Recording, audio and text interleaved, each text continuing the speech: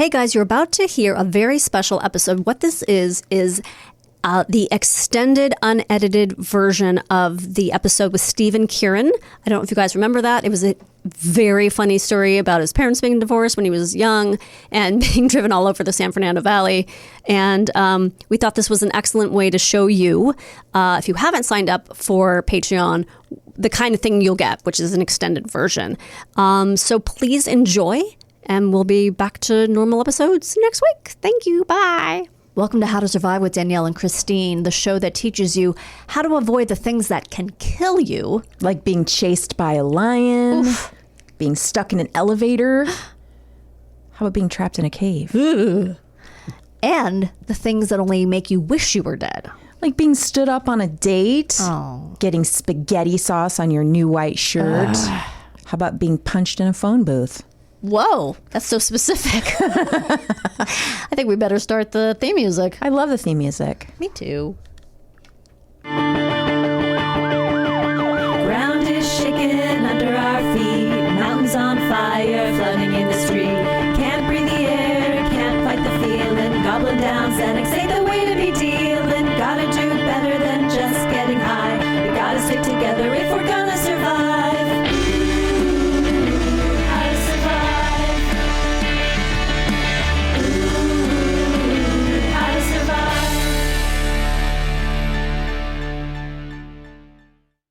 Welcome to How to Survive with Danielle and Christine. I am Danielle. I'm Christine. And Christine, you're bragging that you have a lot to talk about today. I do. I have a big announcement. Oh. For the first time ever, Yes? I have a book coming out, available for pre-order today. What? I am one of the authors of a book. Oh my God, Christine. I know. It's exciting. Oh, this is the compilation book? Yes. I think I saw it on Facebook. Okay. Called Periods, Period. Spirit. Okay. And give us the rundown. I'm going to tell you. So I wrote some jokes with a friend of the show, Jesse Gaskell. Yes. And they are in this book called Periods, Period. The writers listed, written by Alicia Gaddis and Steph Garcia. Okay. Alicia, I think we're going to have her on the show. I'm just Great. booking a date for her. It's essays, poems, a lot of funny, heartfelt, silly stuff. Art, like I said, Jesse and I wrote jokes about periods. Together. Cool. We had written these jokes years ago to try to gross out a boss. It was Greg Heller. And we were, you know Greg. Yeah. And we were writing a show with Greg. I think it was like 50 TV moments or something. It was like one of those shows where it was like Right. craziest TV meltdowns or something. Okay. And for some reason, someday he was like, periods aren't gross to me. And we were like, oh really? And so we Gauntlet thrown down. Yeah, it was like a challenge. And we were just like dying laughing about these disgusting jokes we wrote. They were so gross. And that's what's in the book? And then, well, we did some revising. Okay. Because it was like a decade had passed and I'd heard about this project. And I was like, I reached out to Alicia and I was like, would you accept jokes? Because I knew she was interested in like essays. And I was like, well, I don't have a period essay in me, but I have jokes. Sure. So Jesse and I got together. We went to a coffee place and got some croissants and we just belted out a bunch of jokes. Love it. Sent them in and they're in this book and you can pre-order it now. Periods, period? Yeah. And how do you get it? I mean, I think you go to Amazon, probably anywhere else you buy your books. Okay. And go to Periods, Period. It's available for pre-sale now while you're listening to my voice. Very exciting. We'll put it in the show notes and wherever else you can find me. Okay, cool. So That's that very was exciting. Congratulations. Yeah, that wasn't what I thought would be my first book, but Right. here we are. There you go. You know, more to come. I'm excited. Next diarrhea. Menopause. Yes. Oh, okay. Well, I was just going sequentially. no, but it's all happening. just all things to gross out. Everything is happening. So let's just write jokes about it. Okay. So that's good. That's great. That's very exciting. Yay. Here we are. And then something happened with Benjamin, you said? Okay, so, Because on a day ending with Y. well, yes, this isn't a him getting hurt story, Good. surprisingly. Good. So I went and saw Father John Misty. Oh, yeah. This is the guy, is a rockabilly. Is he rockabilly? He's What is not. he? He's, Okay. you know, he's kind of everything. Like he does some, he has, I would say, if you like the Beatles, if you like Elton John, if you like folk, if you like, Okay. a little bit of maybe John Denver-esque. Okay. He does everything well. All right. He's I don't like saying indie because it feels a very catch-all term. Yeah. He's a very talented musician. He used to be in a band called My Morning Jacket. Oh, yeah. Well, he played with them. I don't know if he was ever in it. He's very talented. I got tickets. He was playing at the Hollywood Forever Cemetery, which is a wonderful place to see live music. I go there to see my brother.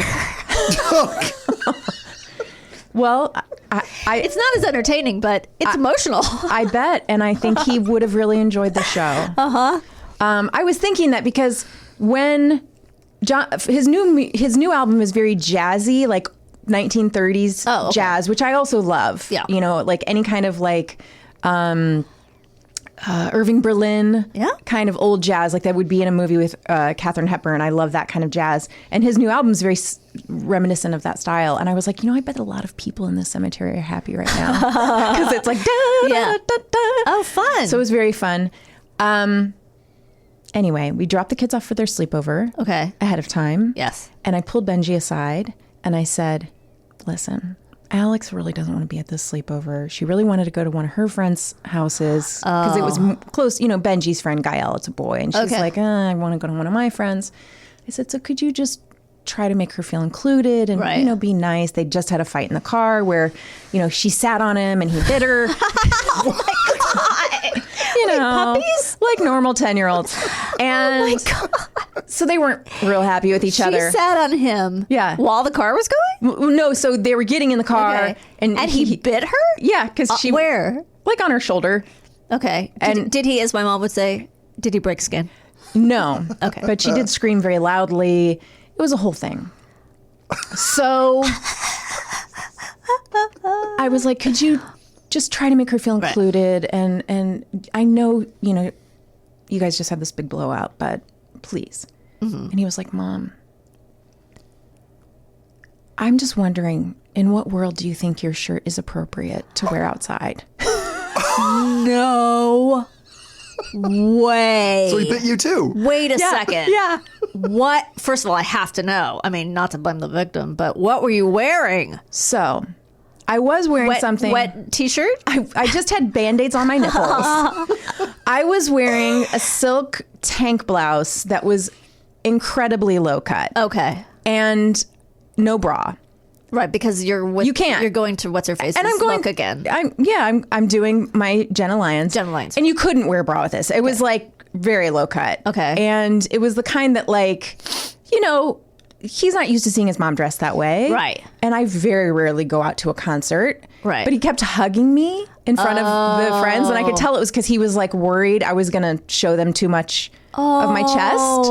But wait, was it, okay, I know it's low cut, but was it showing a lot of cleavage or was it just showing? I mean, I don't have cleavage, what I mean. Really. I'm very small chested. So it was like, the good news is I can wear stuff like that because it's not like I'm going to have side boob really. Right. You could maybe see like less than if I was wearing a bikini top. Right. But like if I would have bent over, you would have seen my entire breast. Oh, okay. So he was like, I have to cover my mom. But he really said in what world? I'm pretty sure. He used that. I think he said, in what world do you think this is appropriate? What did you say? I said, Benj, it's fine. I'm going to a concert. Oh my God, that is so hysterical. So I was like slut shamed by my 10-year-old. Start early. Get him started early. I know, right? That's so funny. That's really my God. My son has never once commented on anything I've ever worn. I don't think he wants to see me as a person who would even have sexuality. So he wouldn't even. The only thing is when he was really little, he didn't like me wearing earrings. And then we figured out it's because he realizes I'm probably going out. That was the clue. Yeah. You should borrow this blouse. Just to upset my son. Just see if he has a reaction. It's so fucking weird.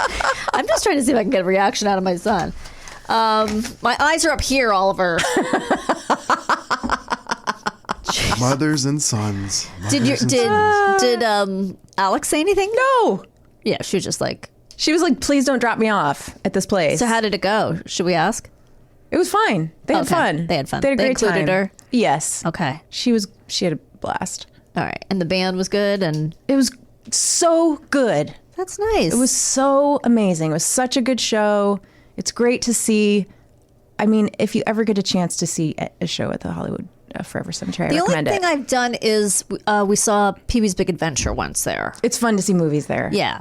So I would go back. I mean, it's not super comfortable because you're on the ground. Yes, and, we both realized after like 20 minutes we had to stand because our bodies are too uncomfortable to sit on the ground. Because he was like moving around and he goes, "I'm not dancing. It's just my neck hurts so bad." oh, can you bring low chairs? No. Oh, they don't even let Some you. events they'll let you. I think you have to read sort of whichever event you're going to. They have all these rules of what you can bring in and what you can't bring in, and you can bring picnics and alcohol, Right. and but that one you could not bring low chairs. Huh. So Yeah. Well, then you're kind of screwed. If you're over a certain age, you don't want to sit on the ground. Yes, we could not. We don't have the bodies. I treated myself this summer to a chaise lounge, like an outside, Yeah. is that how you say it? Chaise or chaise? I say chaise chaise. lounge. And I was so excited. Like, it's got the cushion, it's got the like wheels on the The back. nice kind. I mean, it's not like super, super high end. There are ones that are really high end. This was like $300. or something. Mid-range. Yeah, from Target. And it has a little like shelf that you can pull out to put your drink on or your book Whoa. on. That sounds high end to me. And it just occurred to me, this is not comfortable. Oh no! Because I go out almost every day to read. Yeah. And then after not that very long, my back starts hurting. And I'm like, why can't I have nice things? Anyway. It's too late to return it. Oh, yeah. No, it's definitely too late to return it. And I really like it. I just have to figure something. Maybe I have to get a different cushion. Oh, you know what? Maybe I could just buy, because the cushion comes off. So I could just maybe buy a thicker cushion. Oh, you know what? I'm going to make a recommendation to you. Okay. Sunbrella. Sunbrella is the company? They have good cushions that don't Oh. also fade in the sun. Okay. And they're comfortable. Okay, that's a great idea. Because no, it's a very nice, like, it's a Yes. decent piece of furniture. It's not chintzy. It's just the pad, I guess, is too thin for my aches and pains. Got to get those thick Sunbrella ones. I that's what I splurged on for my deck furniture. Oh, that's nice. All right. You know what I'm doing right now?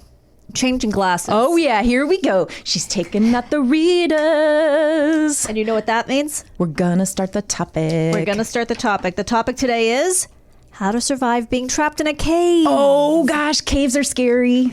Caves are scary. Have you been in a cave before, Danielle? Yes, in Australia. Oh, really? Yes. Wait, did I know you were in Australia? Well, I went, I think, twice with my parents when I was in junior high. That's so maybe once in junior high, exciting. once in... all the places I've traveled as a youth were Star Trek conventions. Okay. So we didn't take I'm not complaining. I mean, it's great. No. But we didn't take family vacations that weren't paid for by, some convention or other. So sort of like nerd trips where you Yeah. had to go spend a lot of time with a lot of fans. Yeah, I mean, we go to the convention and then we had time to do other stuff. So You it didn't was have great. to be part of the convention, really. Well, I was there, and no, it was fine. It was fine. I mean, it was a little awkward sometimes, but it wasn't terrible. It was certainly, a free vacation. Like, what are you going to do? We did go to Hawaii once and that was not a Star Trek related thing, but I think everything else was. And so we got to go to England and we got to go to Australia.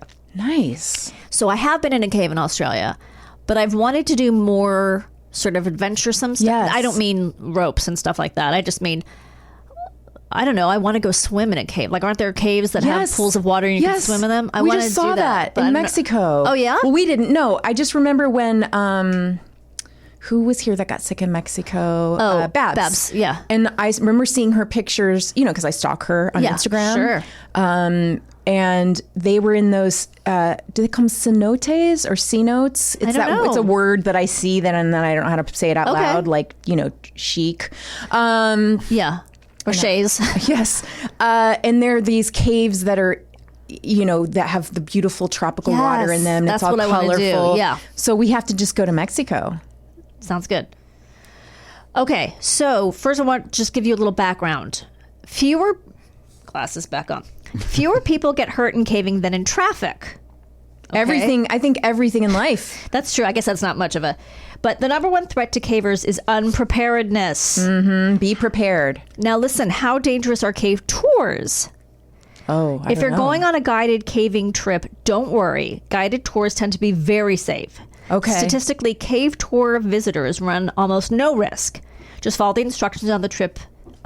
Follow the instructions of the trip leader and enjoy the experience. The caves are professionally maintained. Geologists do regular risk assessments, and the air quality will be good. We'll find out about that later. Yeah, but you know what you do have to do? You have to tolerate the other people on the tour. That's true. It was a tour when we did it in Australia. Okay. From my memory. The estimated number of people who visit caves annually is about 2 million in the U.S. alone. 1 in 666,666 of all people visiting caves actually die. So that's not too much. They have the sign of the devil on their head. Twice. Yeah. So, yeah, I mean, they're, They deserved so it. really, yeah, exactly. Good They were riddance. chosen. And 1 in 125,000 get seriously injured. Oh, no. What makes caving dangerous? The leading causes of death among cavers are falls and drowning, both accounting for nearly half of all caving deaths. In the U.S., falls are the number one cause of the death. The death. The main problem with caving accidents is that when something does happen, the person is difficult to reach, which we'll find out later in our story. Oh, okay. So a small error of judgment can become a huge problem later on. For example, you overestimate your capabilities or underestimate the conditions. Most caving accidents are due to bad preparation, lack of skill, or the wrong equipment. Okay, but what if I get lost? What if Danielle gets lost? Yes. What if I'm in my 20s and I'm already lost and then I Yeah. wander into a cave? You're like, what am I doing with my life? Yeah. Why am worst I just Kathy comic working ever. in this weird, accounting firm? I don't even have accounting experience. Yeah, oh yeah. And now I'm in a cave. Right. Dating men who won't admit they're dating me. Things like that. Yeah. What, Kearin? What did you say? I said it's the worst Kathy comic ever. Oh my God, that's so funny. I just looked up Kathy for a submission I was doing for a game show because I was making it a question. The comic strip Kathy we're talking Yes, about. of course. And it was like this whole rundown of how it was really sexist and then how it over the year changed and stuff. But I don't know. I don't know how it lasted that long. It's so aggravating. Anyway, what if I get lost? Most new cavers are afraid to get lost, but it's very uncommon. And of the people that do get lost, most only wander around for or get pulled out by rescuers within a couple of hours. But can you imagine how scary those couple of hours would be? Terror. Goonies, man.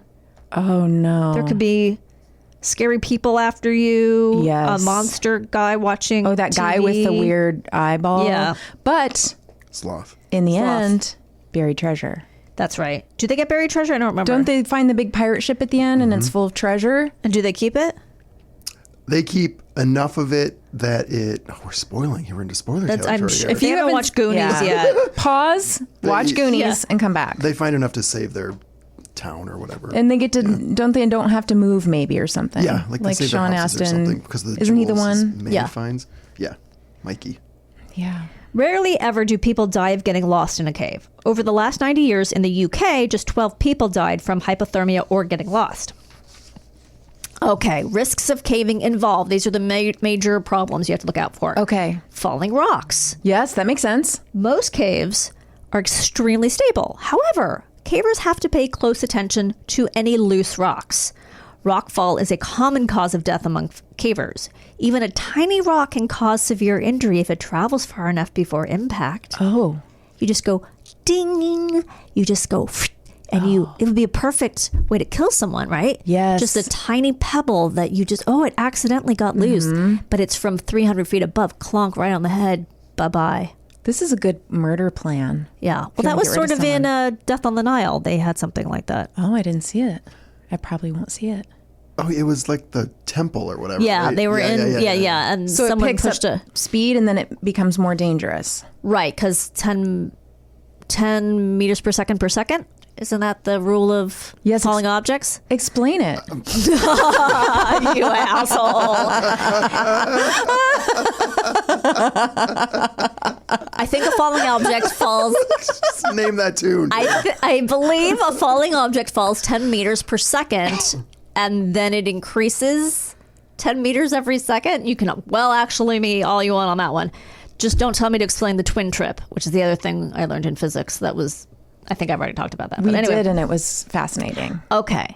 Okay. Wear your helmet at all times. Do not take it off, especially if you're around someone who wants to kill you. Exactly.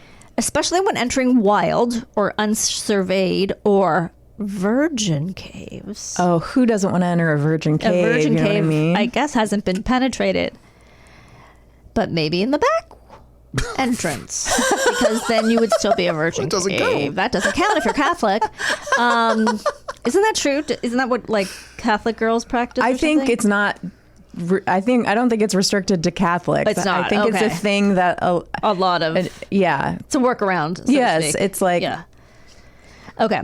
As there are more likely to have some loose debris. Oh, wait. Especially when entering wild caves. Oh, that's not a sentence. Wild caves will do everything. Wild caves. Right. If you suspect some rocks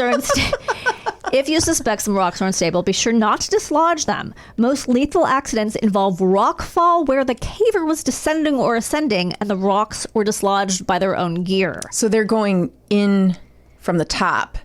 Or they're just climbing or going down and they've accidentally knocked something over and a pebble or a rock Falls on gets someone dislodged. else. Yeah. Okay. Cavers fall. Falling and slipping due to poor footing is a major cause of fatalities. Caves can be quite treacherous and slippery. Make sure you have enough points of contact. I think that means that like your feet and hands are touching something. Be sure not to dislodge. Oh, whoops, I screwed up. Also, be sure to wear the right kind of shoes. Generally, you can simply wear all rubber wellies. But aren't rubber wellies like rain boots? Yeah, I was That thinking seemed like a strange... this must be UK advice. is. They don't have proper shoes over there, apparently. They don't have access to air conditioning or... Yeah, I went on a rant because I've just discovered the Great British Baking Show has a junior... Did you know that, Kearin? No. I didn't know either. I just discovered on Netflix. For some reason, they only have like season 6. There's 6 Okay. seasons. They only have one of the seasons. But I will find the other ones.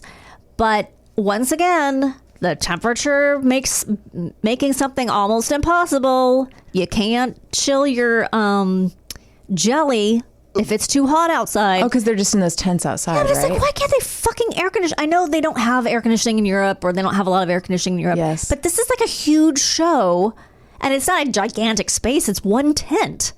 Fucking put up some air or some fans. Let's get them in a studio. Well, that's what Jimmy said. He's like, why isn't it in studio? And I said, it's just so charming. Like, I think he would lose a lot of the charm if it wasn't in that outside tent. Mm-hmm. But anyway, it's adorable. I'm already rooting for someone. Her name is Fern. Oh, I know. Fern. I'm obsessed. She's 10.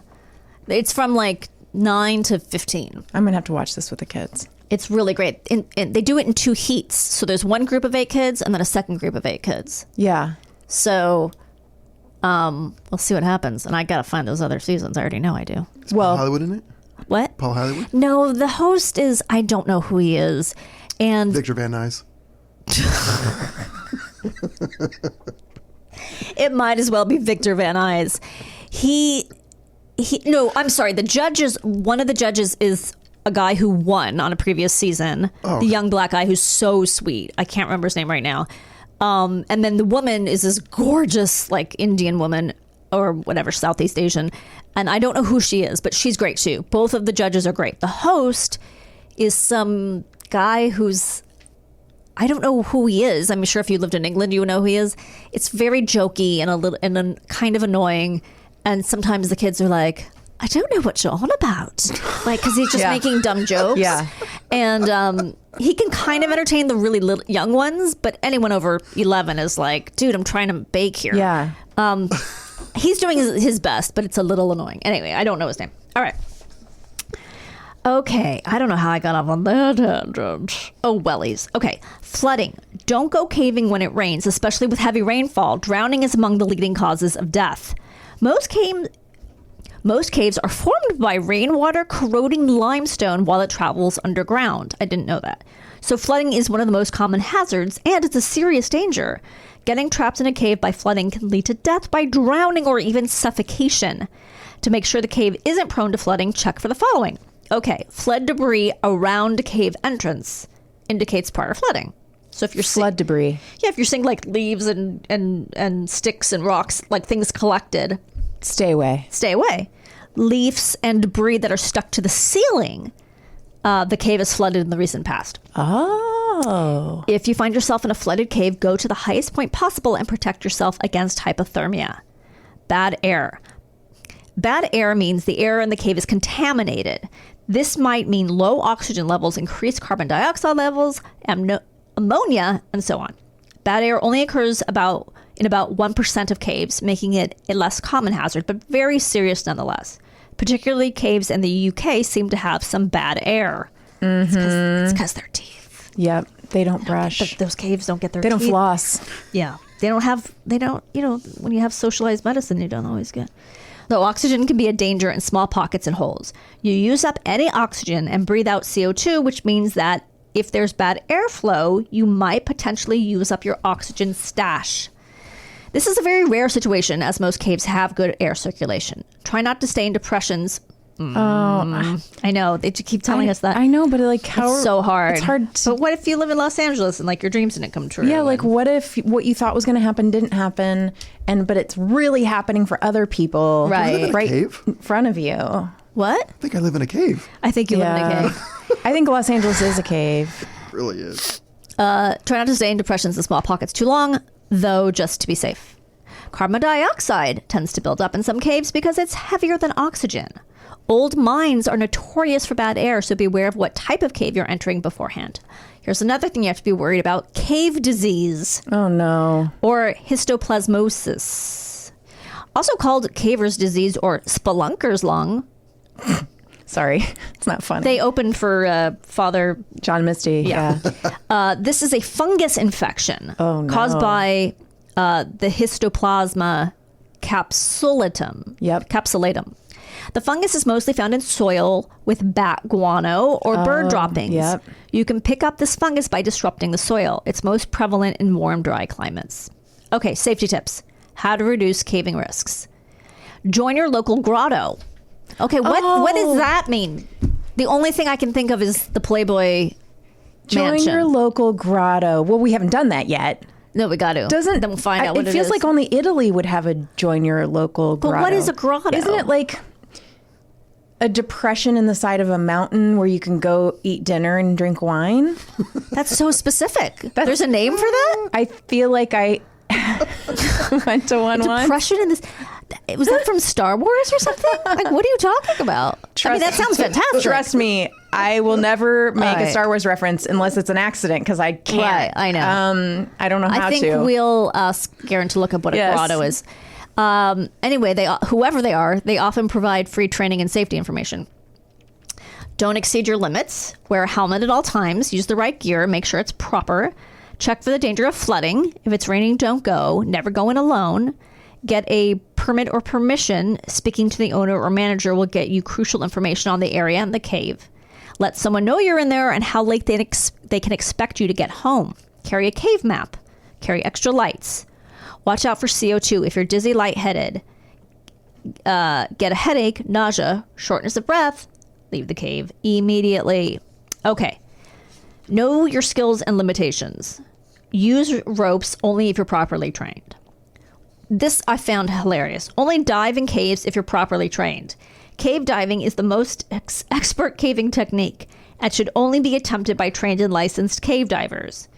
Having a scuba license does not in the least qualify you for cave diving, since the techniques, conditions, and equipment greatly differ. I don't even know what cave diving is, I just realized.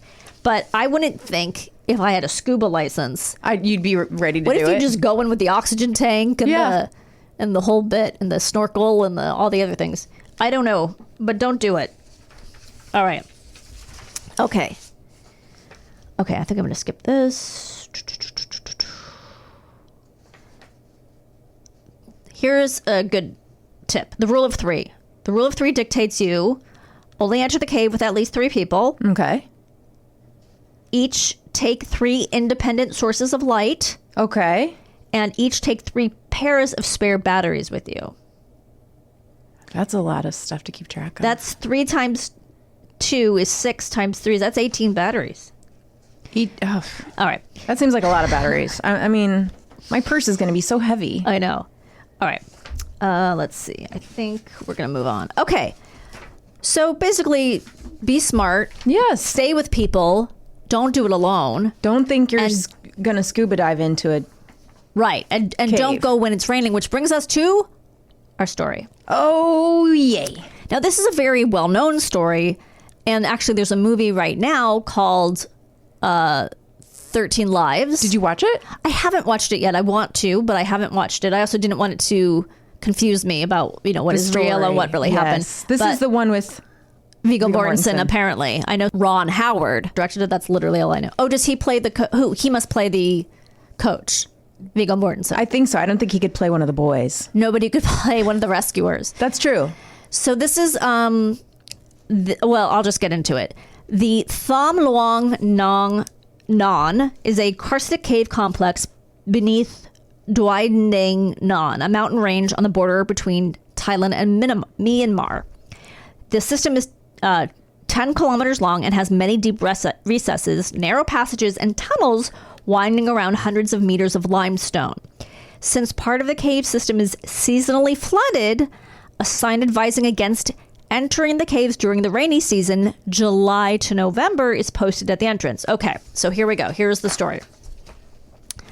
On June 23rd, 2018, a group of 12 boys aged between 11 and 16 from a local junior football team named the Wild Boars, I'm assuming in this case football means soccer. Probably. And their 25-year-old assistant coach, Ekafon Chonthawong,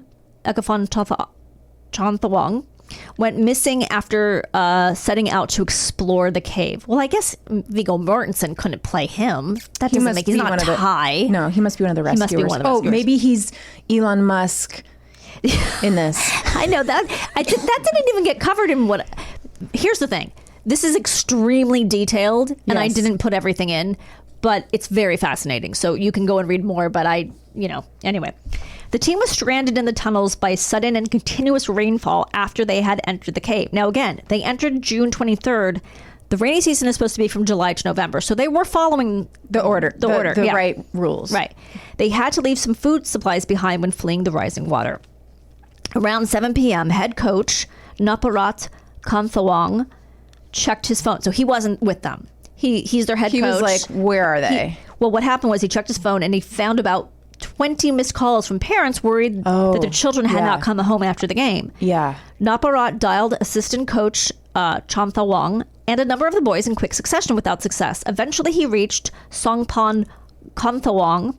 You're doing a really good job on these trying. names. I don't know. Really good. A 13-year-old member of the team who mentioned he was picked up after practice and that the rest of the boys had gone exploring in the Tham Luang caves. So this one kid was like, yeah, they went to the caves. The coach raced up to the caves, finding abandoned bicycles and bags near the entrance, with water seeping out of the muddy pathway. Oh, boy. He alerted authorities to the missing group after seeing their unclaimed belongings. British caver Vern Unsworth was scheduled to make a solo adventure the next day when he received a call about the missing boys. He advised the Thai government to request assistance from the British Cave Rescue Council. On June 25th, so now we're 2 days later, Thai Navy SEALs divers arrived and began searching the cave. A Thai Navy SEAL said the water was so murky that even with lights, they could not see where they were going underwater. After continuous rain, which further flooded the entrance, the search had to be periodically interrupted. On 27th of June, so this is now 4 days later, 3 cave divers arrived. This is the British Cave Rescue Council. On June 28th, the next day, a United States Air Force team from the 320th Special Tactics Squadron, the 31st Rescue Squadron, and the 353rd Special Operations Group joined them. By the 29th of June, an Australian Federal Police team of Specialist Response Group divers had arrived. And on Sunday, a Chinese team of divers from Beijing Peaceland finished. Okay. The search had to be suspended due to the weather, as rainfall increased the flow of water in the cave where the divers were. So not only are they trapped, it's still raining. Yes. They can't get to them. increase the flow of water in the cave where the divers were battling strong currents and poor visibility. See, I was picturing it as just like high water. I wasn't even realizing like, oh, there are currents. Like the water's moving. Yeah, it's a storm. Yeah. The search resumed on July 2nd. So now we started on June 23rd. We are now on July 2nd. So much time has passed. After the weather improved, the 12 boys and the coach were discovered at approximately, 2200 means 12 means 10 p.m. 10 p.m., right? Okay. A video of the encounter showing the boys and their interactions with the divers was posted on Facebook by the Thai Navy SEALs. In the video, the dazed boys are uncertain how long they've been trapped, ask the divers what day it is. The Thai, U.S., Australian, and Chinese diving teams supported by the British divers began transporting diving bottles into the cave system and established an air supply storage area in Chamber 3. On July 3rd, the trapped group were joined by 3 Thai Navy SEALs who supported them until the rescue. The officials told reporters that rescuers were providing health checks and treatment and keeping the boys entertained, and that none of those trapped were in serious condition. So they're at them, they just got to get them back now. Right. It was believed that some of the group could not swim, complicating what would already be a difficult rescue. Oh gosh. They were going to do this thing, like they had the side training where they like had boys in a swimming pool with like obstacles around it so they could try to get the kids out, but then they realized some of them couldn't swim, so they had to abandon that. Like they were practicing all this stuff. This assistant coach, I hope he was fired. No. Well, we'll get to that. The Army doctor discovered that they had attempted to dig their way out of the cave. The team members had used rock fragments to dig every day, creating a hole 5 meters deep. Wow. An estimated 10,000 people contributed to the rescue effort. And yes, I guess that does include Elon Musk. What did he sent some like advanced... He had some idea. I can't remember. I shouldn't have mentioned it. No. I thought about it too, including more than 100 divers, representatives from 100 government agencies. Okay, blah, blah, blah. I'm not going to go on to all that. On the morning of July 8th, remember the start of June 23rd, officials instructed the media and all non-essential personnel around the cave entrance to clear the area as a rescue operation was imminent due to the threat of monsoons later in the week, which were expected to flood the cave until October. Oh no. So they had to move quick. They had to get them out. The boys were dressed in a wetsuit, buoyancy jacket, harness, and a positive pressure full face mask. A cylinder with 80% oxygen was clipped to their front, a handle attached to their back, and they were tethered to a diver. So they're like connected to a professional diver in case they were lost in the poor visibility. The rescue divers described them as a package. They were administered the anesthetic ketamine to the before the journey, rendering them unconscious. No way. Yes. I didn't know that. I know, to prevent them from panicking on the journey. And risking, you should do this for you when you get on an airplane. No way. And risking the lives of their rescuers. They were also given the anti-anxiety drug Xanax and the drug atropine That's to steady a lot their of hearts. stuff, yeah. I know. Oh, this is interesting. To steady their hearts and reduce saliva production to prevent choking. Wow. Because if they're knocked out. Yeah. After a short dive to a dry section, the divers and boys were met by 3 divers, and the boys' dive gear was removed. The boys were then transported on a drag stretcher over 200 meters of rocks and sandhills. They were assessed and their gear was taken off. Sorry. I mean, they could have taken out their appendix. They could have gotten a lot of surgery They done could while have done they were in there. their molars. Yeah. Just might as well get some stuff taken care of. Okay, the boys arrived in 45-minute intervals. The divers knew the boys were breathing from their exhaust bubbles, which they could see and feel. On July 10th, the last 4 boys and their coach were rescued from the cave. Experience helped streamline the rescue procedure, so the total time to extract a boy was reduced from 3 hours on the first day to just over 2 hours on the final day. I'm almost done.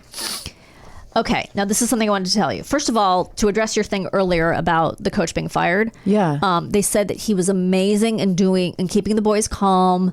Yeah. Like he was really fantastic with them, and that they asked several of the parents, do you want to sue or, press charges? And all of them were like, no way. Like he kept our boys alive. He kept them safe. Yeah. Like it wasn't like they went into the cave during the monsoon season. Yeah, It was yeah. just, it came early that year.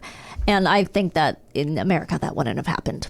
I'm just saying, may have had some litigious parents. We love to sue. We love a good So suit. this is the very positive part of the story. The assistant coach and 3 of the boys had no nationality. Nuparit Kamphawong, the founder of the Wild Boars team, explained that they are from tribes in an area that extends across Thailand, Myanmar, Laos, and China. The region has no clear borders and people are not assigned passports. Their statelessness deprived them of basic benefits and rights, including the possibility to leave the Chiang Rai province. To get nationality is the biggest hope for the boys.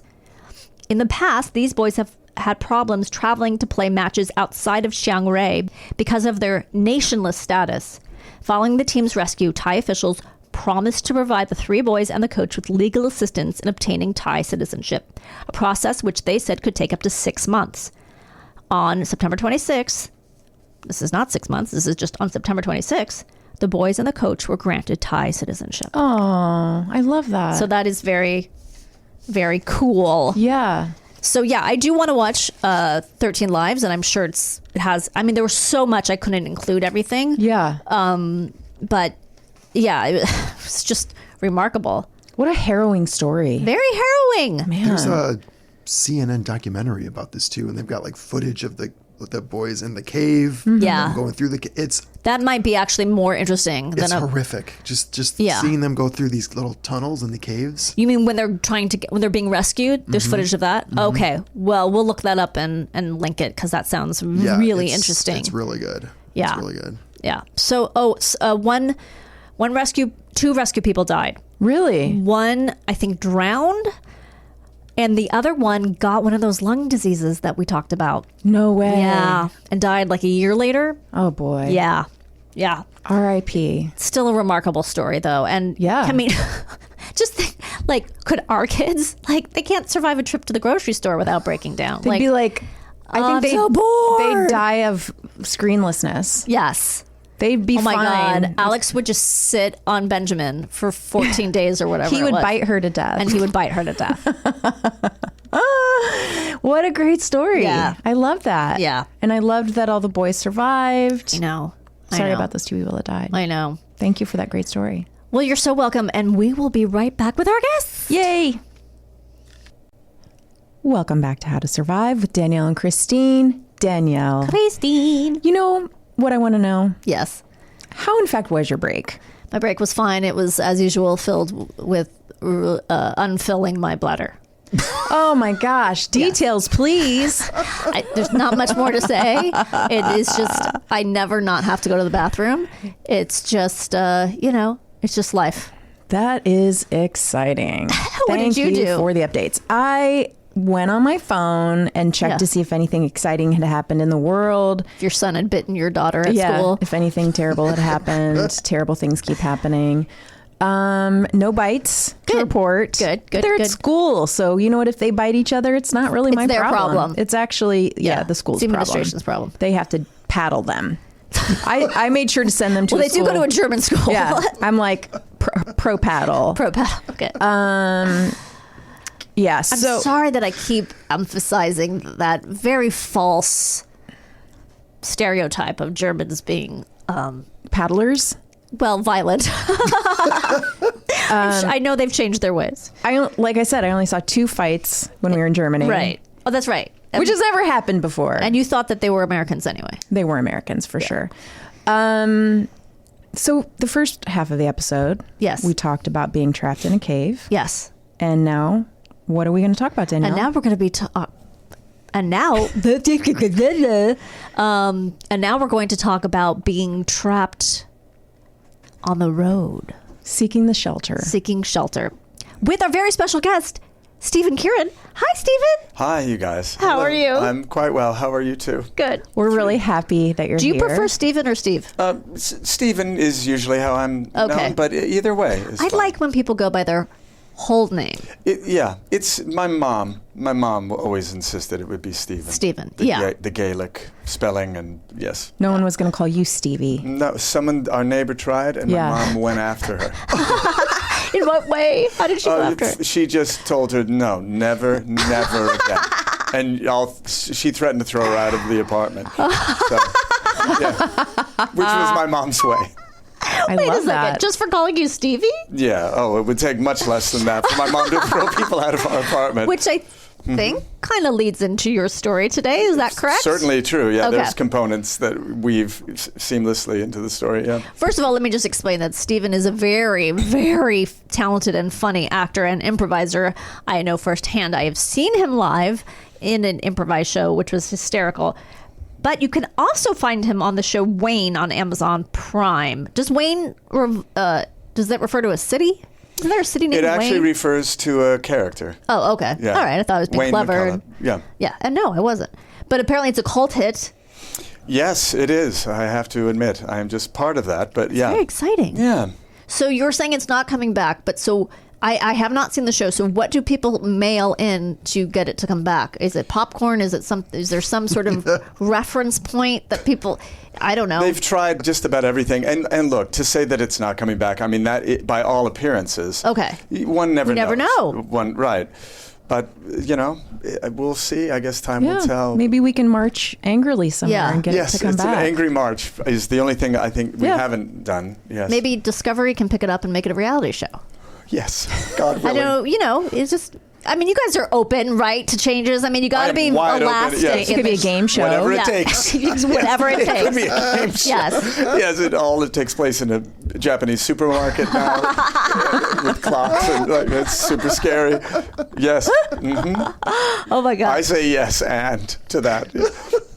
Well, I told you he was a good improviser. He really is. I'm going to check it out because I did not know about this show. So Wayne on Amazon Prime. I am there if I can see you in many shows. How many episodes are there? There are 10. Okay. Episode 9 is something you might want to be aware of. Yeah, that is a very important episode. Well, And then if you watch... I wouldn't yes. watch them out of order. Were I'm we not- supposed to watch 9 first? No, I'm telling you to brace yourself for 9. Oh, trigger But warning. fair question. This is a trigger warning. It is Okay. a trigger warning. Oh, okay. But in a really good way. Oh, I'm very excited. I'm It's going to intrigued. trigger delight. Oh, it's a trigger delight. Yes. Okay. And then I have a trivia. Once you've watched 10, I can tell you something that relates to Oh, a little behind the curtain. a little behind the I'm curtain. very excited. Yes. Okay, so let's dig Keep hitting the in. microphone. I've been told not to hit. Just give it a right left. A brush. Yes. So let's dig into your story here. Dig in. Yes. Okay. Set us up. What's going on? Well, this particular part of the story, and again, any part of my story, so to speak, has different branches, so Right. serve as guardrails, as you will. But this particular part started with the divorce of my parents. Okay. And which finally happened, and my father actually at this time was living off of Woodman Avenue, Yes. which is just one exit away, the same exit that he drove off of the overpass and had a scar called The Night I Quit Drinking. That was Woodman Avenue. But Dad was now living in the office with a .22 pistol in the bottom drawer of the filing cabinet, sleeping on a Right. cot next to the blueprint machine with under army blankets. Okay. Okay, blueprint machine. Was he an architect? He was a civil engineer. My Okay. dad was a civil engineer. But by this time, he had been a veteran of 2 wars, Jeez. PTSD. My father had his army blankets and his pistol, and my dad was in his office just here off of Woodman. Okay. My mom, then we lost the house. We were living in Mission Viejo, the Okay. California Promise. Yes, yes. I always have to ask because I want to. Yes. I want to get into your psychology. How old were you and your siblings at this time? I was 11. Okay. Sheila was 13, and then Lisa was 17, going on 18. Lisa had run away by this point. She had run away from home. Okay. So she was up the street Okay. and at the Schroeder's. She ran away but didn't get very far. She didn't get very far, but She she just did went to the also did neighbors. not come home. And my dad tried to go and muscle the guy, which was my dad's way. And the guy, however, was a psychologist, so I think he kind of worked my dad. Took all of my dad's so-called strengths and sort Yes. of cauldroned them into a weakness and sent my dad home empty-handed. Right. Sort of disoriented and angry and not sure What just happened? What just happened. Yes, yes. So so my dad's in the office. My mom, we lost the house. My mom was dating a guy now named Frank, who was on disability. He had been in an explosion underground. Oh man, she did not go too far. From the original dad. No, this was sort of the thing, and Was also, the explosion in a cave? it was underground, sort of. Okay. It was for Southern California Edison, so it was down a manhole. So that's caves. Thank you for tying into our theme. Well, I was set up, however. Yeah, Yes. I tried. Yeah. No, you did. That was good. A good assist. So we ended up then, Frank was also a comic diver in this. Wait, a comic diver? Fair, that's the proper response, because I didn't know. It usually starts with a wait, back it up. He was a comic diver in the summer. He did like clowning at pool parties and things. Come on. It's absolutely true. Wait, this is a I thing. told you there's the I main. know, We're never going to get to the but main that's okay thing. because This is the setup. Okay, wait a second. It was so Frank's occupation was such that enough people had it that there's a name for it, or did Frank just call himself a comic diver and he was the only one who went to public pools Kearin, and find out. No, I don't know.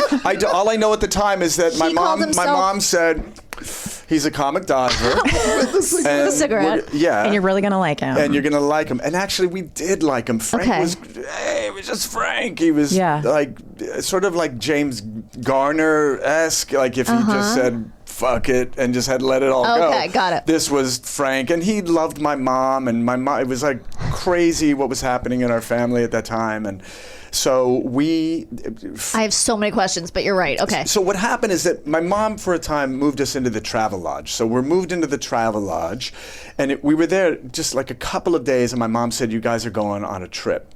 So wait a second. I do have one question. Yes, please. They got divorced and neither of them got the house?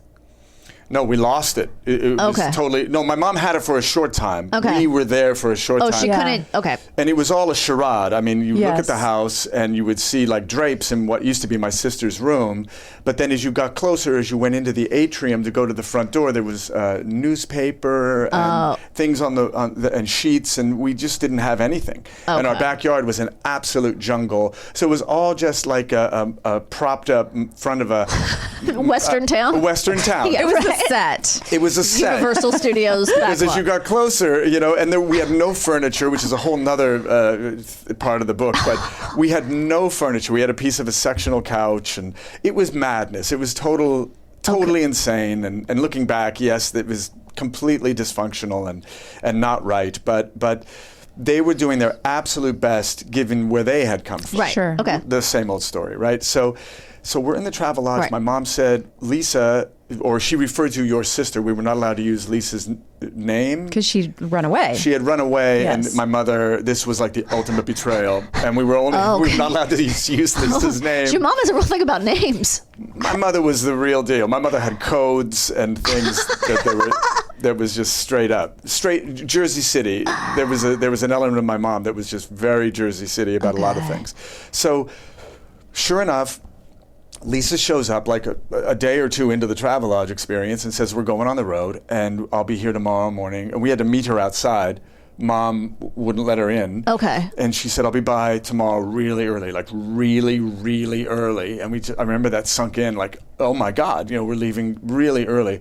So very early the next morning, I got in the back of a car, which I don't have time to go into what the problem with the car was, but I got in the car. I told you, there's these crazy, different cave systems Yes. that go Right, off the yes. main. All right. So I get in the car, they're packing around me. We joke now that I was my job was to keep the load from shifting in the back of this little tiny car. We go up to Van Nuys Boulevard. There was a place called Otto's Pink Pig. I have no idea if it's still there. It was still dark. It was the cocktail with your breakfast side and my dad met us there. Okay. So this is you and your sister and your mom. Two sisters. No. Mom stayed at the Travelodge. So wait, your sister was picking you Sheila up. and Lisa and me. So Lisa said, I'm We're taking kids. you too. We're going on a But trip. did your mom know about this? My mom knew enough about it to say, go to your father. He'll meet you. Go to your father and talk to your father up at Otto's Pink Pig. Okay. Cigarette. Okay. Cigarette. Hitting the mic. Off. So off we go. It's pre-dawn. We get there. It's still pre-dawn. It's so at Otto's. I don't know, at Otto's, and they're open, because they Okay. never closed. And at one point in the conversation, I remember my dad takes out a wad of bills, and he passes it to Lisa. This is always really hard to tell for some reason emotionally, but he passed it to Lisa and he says, "Go to Jack." Now, my dad had a lot of brothers. All the Kearin brothers. Okay. So they grew up on a farm, South Dakota, Irish Catholics. They were just these, Right. they all went to war together. They was just the Kearin brothers. But the king of the brothers was Jack. Okay. And Jack also had a side to him that would show up and need to stay for a couple of days. While the lightning is flashing on one side of his face. Your Uncle Jack's going to be here for a couple of days. Don't answer the door. Don't answer the door for a couple of days. We're going to keep these drapes shut. So we never knew what the hell was going on. In fact, I just talked to one of my brothers, and I said, who's also my cousin, my stepbrothers and cousins. That's another Yes, story. I heard about that on Yes, Never Not right, Funny. because of Jimmy. Which is the exact same story crazy as story. Jimmy. Right. So I asked My husband. I said, what do you remember about Uncle Jack? And I remember Bob was like, I was like, yes. Okay, so that's right. So we go, next thing we know, Dad gives us the wad of money. Dad tells us, turn the radio up on the car, because that's what it's for. If you hear any problems with the car, just turn the radio up. He said, that's what literally the radio is for. You turn it up. That's why they put radios in cars. Right. If there's any problem with the car, don't Right. call us or anything. Put masking tape over the hazard lights that Yes. go on. Right. Yes, whatever. Yes, don't look at that thing telling Don't you. look at the dashboard. So, right. Don't look at the dashboard. Just pretend it's not happening. In life, just don't look at the dashboard. Right. Just keep driving.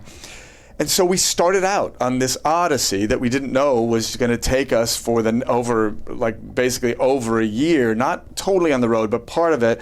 And we went up Highway 1.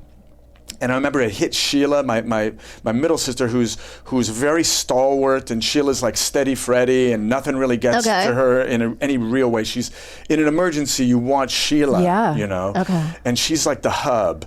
And Sheila broke down that first night, and I remember she got sick to her stomach, and I asked Lisa, look, what's wrong with Sheila? She goes, she's homesick. And I said, but you don't get sick to your stomach? She goes, yeah, you do. Sometimes it makes you sick to your stomach. So that started this journey. And Lisa's only 18 years old. Right. And we're on this road up Highway 1, and we're trying to get to Port Angeles, Washington. This is where Jack is? Yeah. Okay. Near the border. Near the border? Yes. Yes. Okay. Yes, okay. Right. Right across. Okay. So I'll just compress this part because I'm thinking, I don't know. It's just there's a lot of. I remember Lisa had so much weighing on her. I remember we're in a payphone. It's pouring rain. Even though it's summer, early summer, because we're out of school, it's pouring rain. We're in San Francisco. We're in a phone booth, the three of us.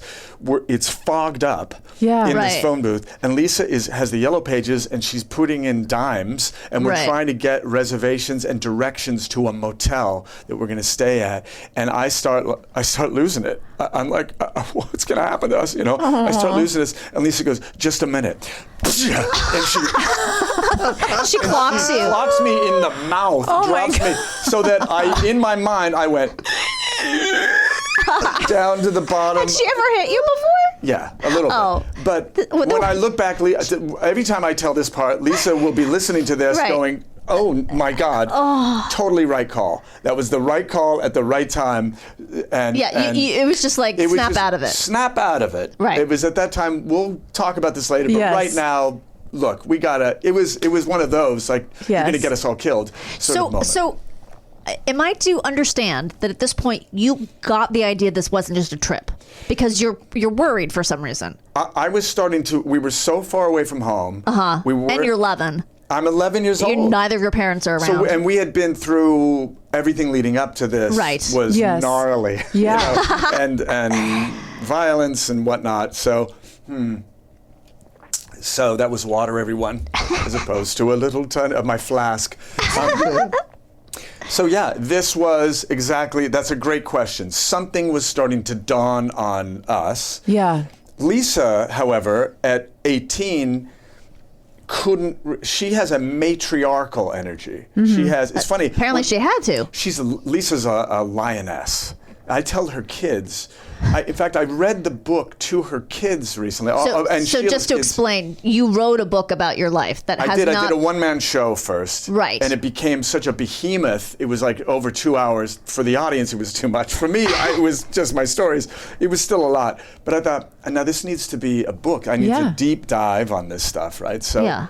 And it will be published eventually, we're hoping. Yes. Oh, yeah. I'm just Okay, going to, because you whatever it takes. have 3 readers right here ready to... Okay. Ever since you talked about it on Never Not Funny, I was like, oh, I'm reading this book. It's always this amazing is, to me that I always...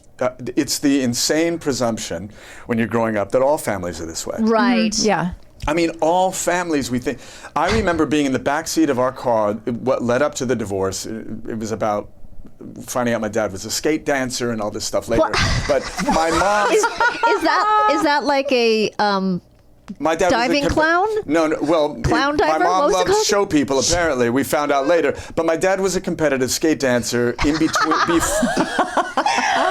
Before, why are you saying that's really funny? Why would you not laugh at that? That's insane. It's just so crazy It's that's crazy. tossed out like a casual. It's just I'm telling you, Yes. I can just refer to other stories as we Yes. blow by them. Okay. It's amazing. But what I'm saying Okay. is, my mother was dragging her foot like on the street outside of the car while my dad is speeding, and we're in the back seat and we're thinking, this is. I remember looking at Sheila. This is back before the divorce, Yes. thinking, well, this is what families do. This is this is just- normal. Yeah. This is normal. It's protective in a way. It is. I It's- think. No, I when think you're a kid. I think that's the same way you blame yourself with a divorce. Kids blame themselves Yeah. because their gods can't be wrong. I blame myself for my parents not getting divorced. I was like, I So must be protective, doing yes. something. I mean, I'm literally asking them for it, so I don't know why they won't do it. Must be me. Are you still? No, I've given up at this point. Okay, They need all each right. other at this point, so. Okay, yeah. but there was a period. Okay. The period called my childhood. Oh, your childhood. Called my What shall we entire call it? childhood. My entire childhood. Right.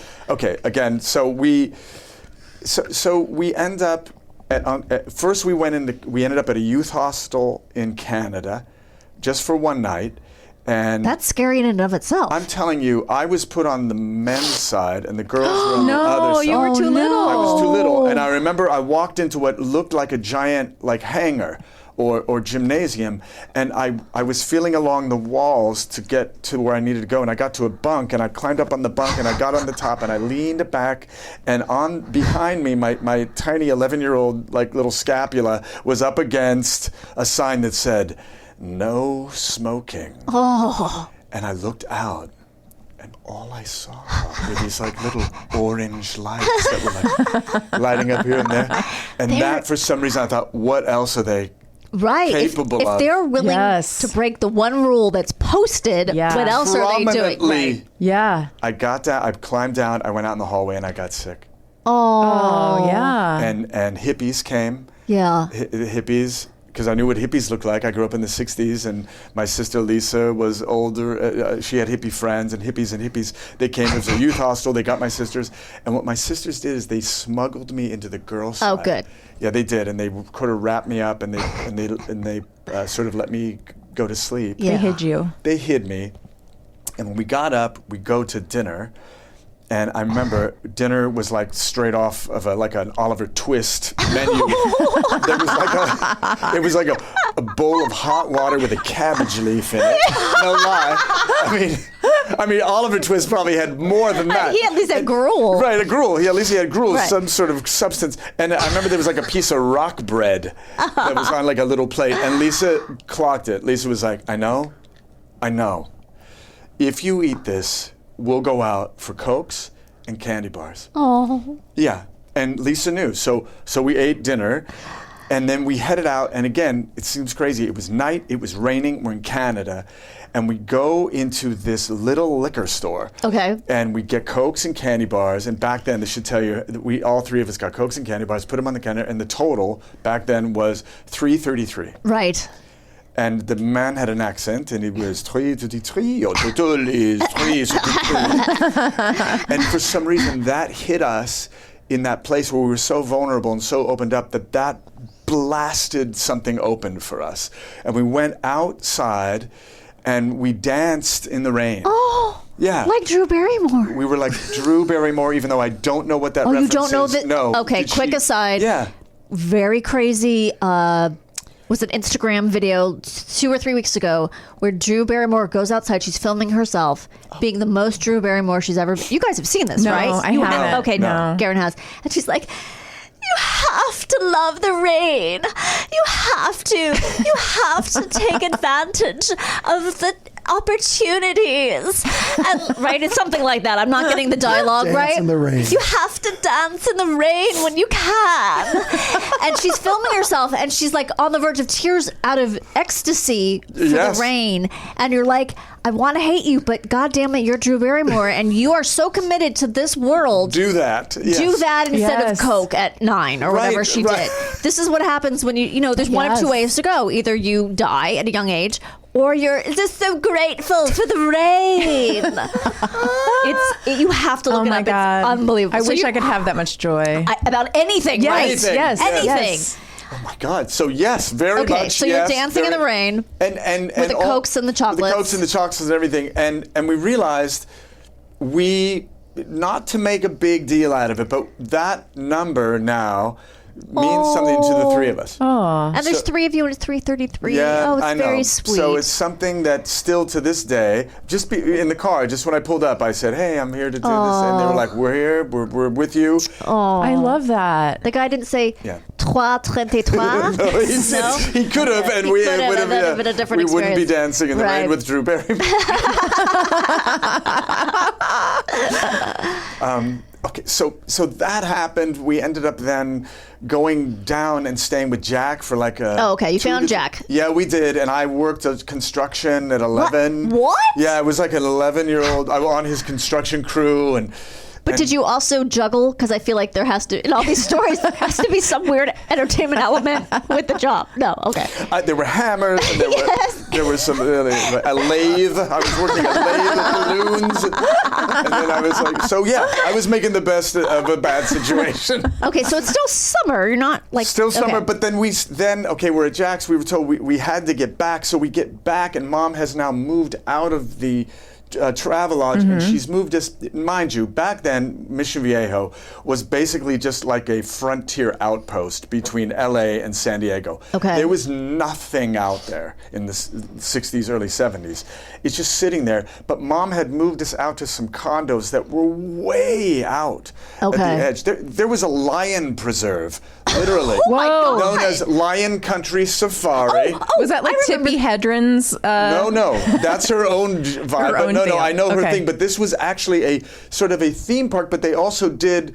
They had it was like you could drive through it like the San Diego Wild Animal Yeah. Park. But, Okay. but they also it was a place to preserve lions. So, Stephen, I grew up in Los Angeles. I remember commercials for Lion Country Safari, Then you but I remember- never knew what it was. But I didn't know it was. Then crazy Okay. shit, like the elephant got loose, running toward the 405. Yeah, pew-pow, pew-pow. They're shooting it like, and they get it just before it is moving toward the on-ramp, and a monkey like tore a calf off of some trainer. I mean, horrifying. Oh my I even list them in quick succession. I go through home of the pa-pa-pa-pa-pa-pa. Okay. So we're now way out there. What we joked, we're now on the menu. We're on the menu. Yes. to Lion Country Safari. yes, yeah. So we're way out there, but we get there and we see that the place is a total disaster. Like my mom's stuff, and Frank is there, and then my mom lasts maybe 2 to 3 weeks when we got home,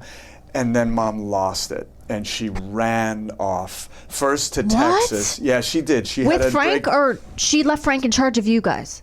Frank couldn't handle us. Oh, So no. he said, no, your dad's going to take care of you. Dad couldn't handle us. So what happened is Mom had a breakdown. She first went to Texas to be with her friend Gloria. And then I love the sign for Gloria. The Gloria is smoking cigarettes. Gloria, I Black really Russians, and Gloria. Oh, yes. You know, so Gloria took care of my mom for a while, and then my mom went to UCLA for treatment. She was there Okay, on the okay. flight deck. Okay. On the flight. Yeah. That's what we call treatment. That's what we call that level of the hospital. Yes, yes. Oh, my That's it. God. And so, wait, was it just you three living together in this Lisa- condo? It was just now it was just me and Sheila. Lisa was a satellite. She lived, remember, but Lisa was keeping an eye, like, what's going on? She was an here? adult. Wait, so an 11-year-old. Trying to get custody of us, by the way. Lisa, my God. that makes me cry. Lisa, we find out later, trying to get custody of us at 18 years old. So an 11 and a 13-year-old are living by themselves in a condo? Almost. Frank and Lisa and everyone's like, no. This is not going to happen. Okay. So the lifeboat of all lifeboats now pulls in, which is Sheila's best friend was Lisa, and Lisa's mom, she said, move in. Okay. The twins, Valerie and Vanessa, my age. Okay. And we moved in now, and I slept on their couch in the living room for the better part of a year. Okay. And is this back in LA? Mission Viejo. Still in Mission Viejo. Yeah, So you went to school? Yes, so Okay. we would stay in school, which was Dad's big argument. I can't put them up in an apartment here. And Dad was working around the clock, which is what my dad did. 16-hour days is what my dad put in. He was just a maniac trying to make things okay by working. Right. Sure. Right. Okay. So, which he admitted on his deathbed, bad call. So, literally, he called me in close and said that. So now. Remember that time I abandoned you? Whoops. Yeah. I don't know what I was thinking. And then we told him what he was thinking in a good way. Like, you know what you were thinking, Dad? You were thinking this. So my dad was. Yeah. We always said about my dad: 2 wars, 1 divorce, no therapy. Right. Okay. So my dad, That equation. my Right. parents were rock stars to me. Right. Okay. And because of where they came from, they did a terrible job. Yeah. But compared to where they came from, they did an It's an amazing improvement. job. Right. Yeah. And there's stuff I won't tell you now, but it'll be in the big This book story. better come out quick. I want to read it. Okay. Okay. So again, I don't know if I'm going over time right now. You'll let me know. It's of course. okay. I mean, we may have to edit, but only Whatever you because need. we try to keep it. But this is too interesting. So. Okay. So, I mean, this is where we were there for over a year, and then my mom gets out of treatment, and now we're going to give it a shot. Okay. My mom moved back, and my mom was working in a vitamin factory, and she's taking people in and renting rooms of our condo. And then there's a model who moves into my bedroom. A female model? Yeah, a Playboy centerfold moves into, while she's shooting her pictorial. What? Moves in, and I am 15 years old. Holy moly. This is a whole section of the book that I just do the deep dive of what happened. And my mom said, yeah, we'll put him in a mummy bag under the stairs. Oh. And we'll put her in Stephen's room because her husband was roughing her up and was leaving bruises. And my mom's friend Sandy, who was also from back east, so Sandy was like my mom's best friend, and they were sort of in cahoots. My mom was a hustler. Okay. My mom hustled, and she got back on her feet, but there were people coming by, and there was envelopes, and we don't know. And a guy came in once, and he said, "Is your mom here?" And I said, "No." And then he pushed by me, and he took some pieces of furniture. Oh, my and God. left, like out of payment. There were other times we were told not to open the door. We hid in a closet for a while. My mom had borrowed money from the Perry brothers, which was not good. You What's can't the Perry borrow brothers? money from the Perry brothers. We found that out. Yeah. Wait, what is the Perry brothers? Is that a thing I'm supposed to know? No, it's. they you're sound- improvising really well. Okay. Right now. She's yes-anding you. Yes. This sounds like I love how you were like, look, I'll tell you one thing I know. Hey, you don't borrow from the Perry this brothers. just all sounds very familiar.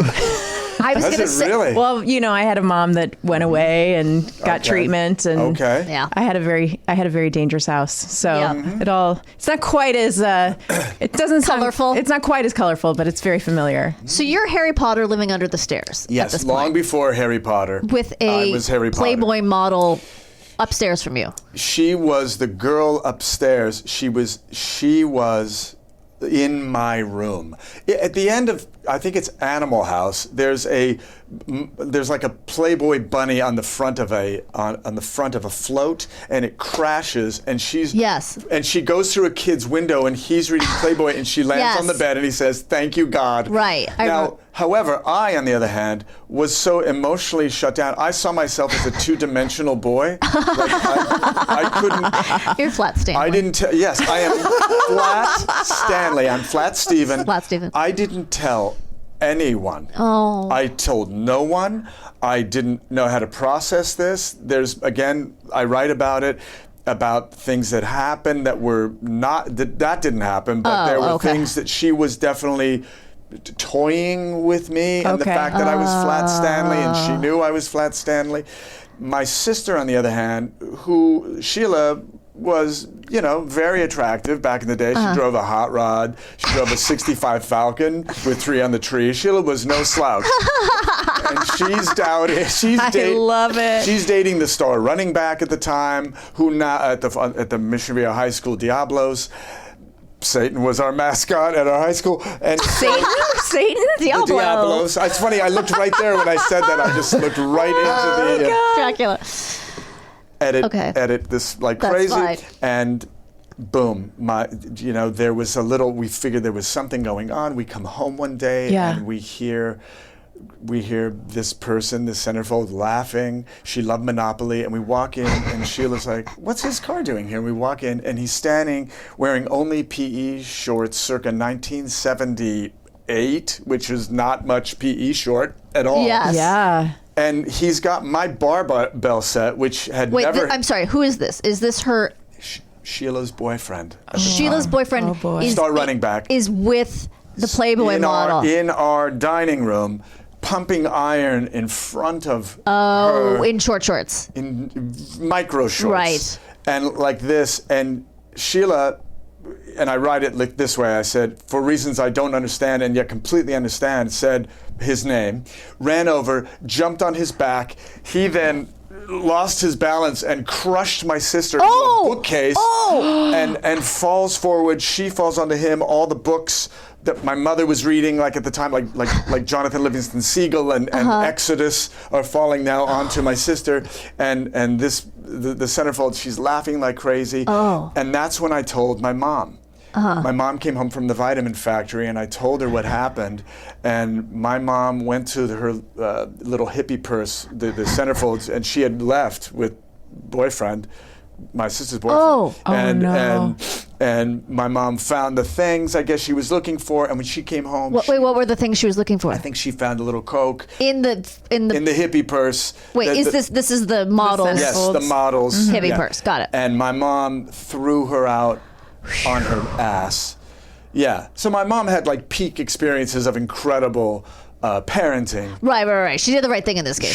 She took us out of, when I was shamed by one of the nuns by having my absences read, my mom told the Mother Superior to go to hell and don't stop on the way, honey. And that was at St. Genevieve's, just down the road. Oh my God. Anyway. Oh my God. Please be guardrails right now because I'm just blasting. No. Okay, so you finally get into, and then did you stay in this condo for a while? Stayed in the condo. My mom started to my mom got as stable as she could. She worked a side hustle at a donut shop. She's at the vitamin factory. Sheila goes to school, so it's just me and my mom. Oof. And then, but we kind of worked it out. My mom didn't drive, and then she finally got her license, and her brother taught her, who had ataxia. He had it attacks the central nervous system. Yeah. So he kept driving way past the time that it was legal. And he's teaching her how to drive. He taught her how to drive, and therefore... So she's just jerking down the road. No, that's exactly... My mom made a left turn in front of a dial-a-ride in the halting, lurching manner Oh, no. that her brother had taught her, and she is T-boned, demolishes my car. Oh. And I remember, my Jersey mom, I walk up to the back of the paramedics truck, and my mom's back there with oxygen on. She's got an unlit cigarette in this thing, and she has her lighter in this hand. Oh, no, she's wearing oxygen. Yeah. No, she knew. She knew. Okay. And I walk up, and I remember Mom went like this. She goes, "Don't kill me." Oxygen on. So I still drove that car. The right side touched my right hip of the car. There was plastic. It sounded like I was in a regatta, the whole time. And my mom's in the back seat, and she's just telling me, "Turn left. We got to get cigarettes." And we hung together until it was time for me to go to school.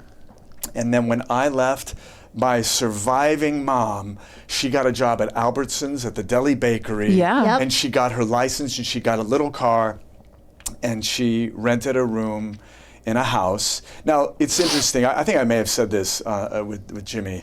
I said, like, unless you know where someone starts, you can't really judge them because they may have traveled twice as far as you. Right. Yeah. That's absolutely. I'm not always a saint. I don't always remember that. But when people look at my mother, they just think she's just this person driving a little car, working a deli bakery job, and she's now Right. But it was such a huge leap for her. in the context. If you take it out of context, that's one thing. Drop things into context in this life, and it's a whole different story. So, okay, what is the book called? It's called Toughen Up, and it's based on an incident. When I was little, my mom took us shopping, and I wandered into a clothing rack in Panorama City. Yeah. And I was in there because it was like a little fort. I was like little. And when my mom couldn't find me, she said, let's go to my sisters. And they walked away, and I came out and I couldn't find them. And I started to cry. And I found the lady, and the lady found my mom, and my mom found the lady, and I was still crying. Yeah. And my mom took me around the corner, and she got down on my face, and she shook me. And she said, toughen up. Oh, my God. I'm not raising a mama's boy. Oof. And she blew smoke in my face. In fact, I'm not raising you at all. Well, that was Can I just say, next line, this is what I wrote. And as we used to say about my mom at that time, she wasn't raising anyone at all. Wow. We were being lowered, actually. My mother was lowering 3 children. Oh my then I go on to tell how Yeah. she was lowered by her mother, and that story about her mother, you guys, we'll at the bar after. We'll go to. All right. I am extremely excited to hear more. Yeah. Your stories are fascinating. They're so I'm interesting just and- funny Thank and you very much heartbreaking. for And having me. thank you so much for Yeah. coming on. We'd love to read the book. Okay, I'm Yeah. really, really working on this. Yes. And Lisa is the driver. So when I tell Lisa that you said that to me, Yes. she is going to grind me in a good way. She's going to be like, you do not. She goes, it's 3:33. 3:33. She's going to hammer me with that. She goes, no, we've got to get dates. We've got to, so she's just like really, I've given her full permission. Sheila's got a little lighter touch because she's trying to handle everything in the family. Yeah. But Lisa's Have you read The Running with Goldfinch? Scissors? Oh, no. No, I have read Running with Scissors, but The Goldfinch I just read, and it's fiction. yeah. But a lot of it sounds like your real life. Does it really? Yeah, because Okay. his childhood is just completely chaotic. It's not the same in that I'm assuming, weren't a drug addict and doing all these crazy things. Maybe, yes. But just the chaotic nature of a home life, and people coming in and asking, is your dad here? And like not knowing who that is, and money is owed, and weird shit. Yes, So, yeah. like that at all hours. Yeah.